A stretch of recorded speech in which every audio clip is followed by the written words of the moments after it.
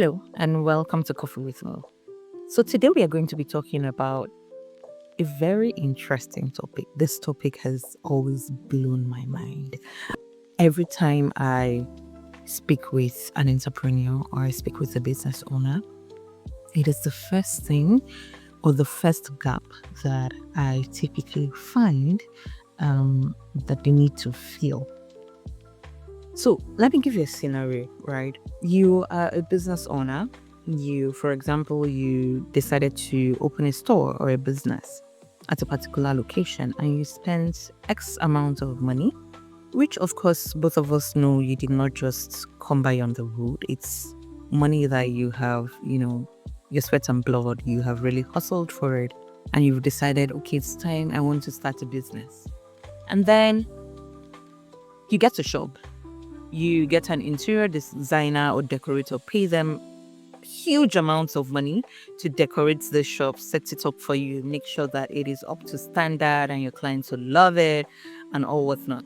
Then you get your stockist and you probably travel to China or you travel to Turkey, depending on what you sell or whatever. Or maybe you get your local vendor, wholesaler, you buy from your local wholesaler and you stock up your shop. At the end of the day, you have spent close to maybe 100 million naira, maybe 200 when you combine the shop expense. Even if it is 20 million naira, that's a lot of money. You've spent all of that. And then you decide, okay, it's time. And well, I am a busy person. I have to get back to work. I have to try to make this money back, some way. I can't quit my job and come and sit down at the shop and sell. So I need to hire a salesperson or a customer service representative. And then you call up a friend or you ask someone, oh, I need a girl to, stay in my shop and sell for me and all whatnot. And when you get asked, what's your budget? The next thing you say is, oh, I have a budget of maybe 50,000 naira. I have a budget of 100,000 naira. And it always blows my mind. And why does this blow my mind? It's the fact that you have spent so much money, so much time, so much effort, invested your life's work into setting up a business. And then you're looking for someone you're going to pay 50, 100,000 to run that business for you essentially. So look at it from this perspective, right? The person you're looking for is going to be the face of your business. This person is going to be the first person that your clients interact with when they come to your shop. This person is going to be receiving calls. This person is literally responsible for if you're going to sell out the things you stocked, but if they're going to remain on your desk. So you're looking for somebody who can communicate clearly with clients. You're looking for somebody who is convincing. You're looking for someone who has some sort of morals. You're looking for someone who, when I come in to buy or when I come into your shop to buy a product from you, the person knows exactly what they're selling. And they can communicate clearly to me that this is what they're selling and this is the value I'm going to get. That's how things are going to get off the shelf.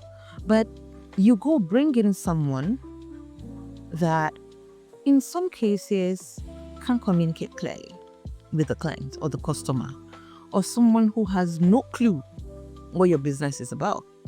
All the person knows is this is this product, this is this price. In some cases, it's even as bad as they do not know the prices. They now have to pick up the phone and call the madam and ask how much is this, how much is that.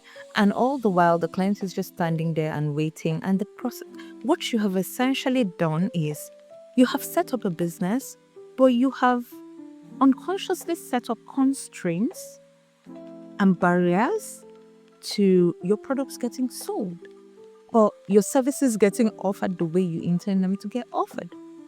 So while you want to launch a business, while you want to keep the cost of hiring low, while you are thinking about, bringing in the best products, also think about the person who is going to be responsible for getting these products off the shelf, how good are they? What salary bracket do they fall under? And don't get me wrong, I'm not saying you should spend all your money hiring someone, right? I am saying that you should assess what your business needs. Assess the kind of talent, assess the kind of strengths in an employee that you're looking for. And then consult someone who is a professional at hiring for those roles. And then let the person assist in getting you somebody who can actually help you sell your product or your services. Hiring is a skill. You do not just wake up and say, hey, come sit down here. Let me see your CV. Where do you live? Where do you do this? And all whatnot. And then you say, okay, come. All you need to do is in the morning, you come to the shop and you open the shop. You clean the desk. You sit down. This is the price list. When a customer comes in, you ask them what they want. And when they mention it, you tell them the price and give it to them. That's not how selling works, right? It's an art. You need to be able to you need to be capable of actually selling a product. So if you're planning to open a business or you've already opened one, you need to sit down and ask yourself, the person I have hired and I have given the authority to make or break my business, do they have the right skill to ensure that it is the former, not the latter? That they're actually making the business and not breaking it? Ask yourself these questions. And if you find out that that is not the case, I would advise you speak with a professional, HR, human resource person, and get the right staff for your business. Or if you can, you sit down and sell your things by yourself, because nobody is as good at selling your products as you, the person who knows it, the person who owns it. So yeah, I would leave you with that. Thank you for coming to today's session of Coffee with Mo, and I hope that you've been able to take away something useful from this conversation today. Until next time.